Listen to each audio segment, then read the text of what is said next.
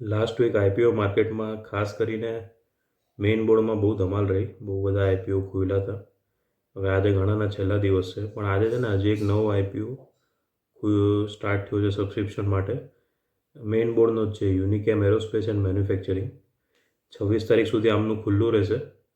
500 crore size છે આઈપીઓની. આમાં 250 crore offer for sale છે, 250 કરોડ ફ્રેશ ઇસ્યુ છે. હવે પ્રાઇસ પોઈન્ટ થોડીક વધારે છે, 745 થી 785, પણ ઠીક છે, ફંડામેન્ટલ સારા છે. એટલે હવે ડિફેન્સ કંપની છે એટલે એક લોટમાં મિનિમમ 19 શેર છે, મેક્સિમમ તમે 13 લોટ ભરી શકશો. એટલે એમાં આવશે 247 શેર. એટલે મિનિમમ તમને જોઈશે 14,915 અને મેક્સિમમ તમને જોઈશે 1,93,895.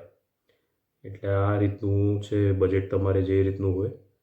હવે આ કંપની શું છે, મેકેનિકલ એસેમ્બલીઝ, ઇલેક્ટ્રોમેકેનિકલ સિસ્ટમ અને એરો એન્જિન તેમજ એરોફ્રેમનું જે પ્રોડક્ટ્સ છે ને એના માટેના બધા ક્રિટિકલ પાર્ટ્સનું ઉત્પાદન કરે છે.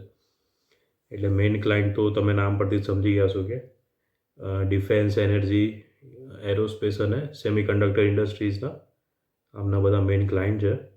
ઇન્ડિયામાં તો વેચે છે, બીજા 7 દેશોમાં સપ્લાય પણ કરે છે. પ્રોફિટ ગ્રોથ પણ સારો છે. 2021-22માં 3.39 કરોડનો નેટ પ્રોફિટ કંપનીએ કરેલો.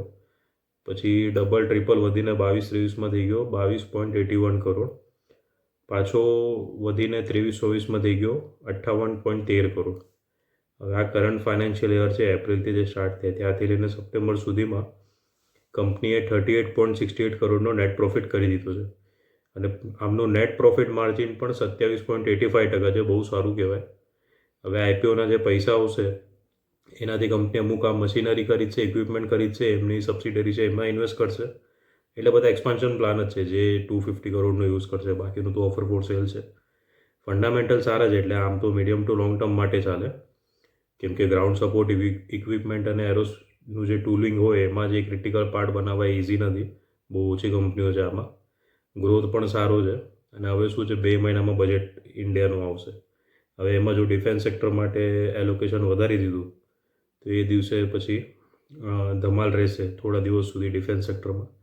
એટલે ત્યારે આ શેરને ફાયદો થઈ જાય. અને આ બધા શેરનું કેવું છે, એકાદ નાના અપડેટ બી આવે ને કે આટલા કરોડનો ઓર્ડર મળ્યો, તેટલા કરોડનો ઓર્ડર મળ્યો, તો એ દિવસે બી 5-10% તો શેર વધી જતો છે. પછી ભલે બીજા દિવસે કે એ દિવસે જ પ્રોફિટ બુકિંગ થાય. અને ગ્રે માર્કેટમાં અત્યારથી જ આનું 61% પ્રીમિયમ બોલાઈ રહ્યું છે, 61.15%. એટલે જોઈ જુઓ તમારે ભરવું હોય તો. હવે ગ્રે માર્કેટનું બીજું કમ્પેર કરીએ, આજે છેલ્લી નજરે કરી લઈએ. મમતા મશીનરીનું 160% પ્રીમિયમ બોલાઈ રહ્યું છે. કોન્કોર્ડ એન્વિરો સિસ્ટમનું 5.42%, ડેમ કેપિટલ એડવાઇઝર્સનું 56.54%, ટ્રાન્સરેલ લાઇટનિંગનું 41.67%, વેન્ટિવ હોસ્પિટાલિટીનું 4.51% અને સેનોરસ ફાર્માસ્યુટિકલનું 55% પ્રીમિયમ બોલાઈ રહ્યું છે. કારારો ઇન્ડિયાનું કંઈ ખાસ બોલાઈ નથી રહ્યું. એટલે આ બધા ગ્રે માર્કેટમાં આમ તો ઓવરઓલ બધું સારું ચિત્ર છે.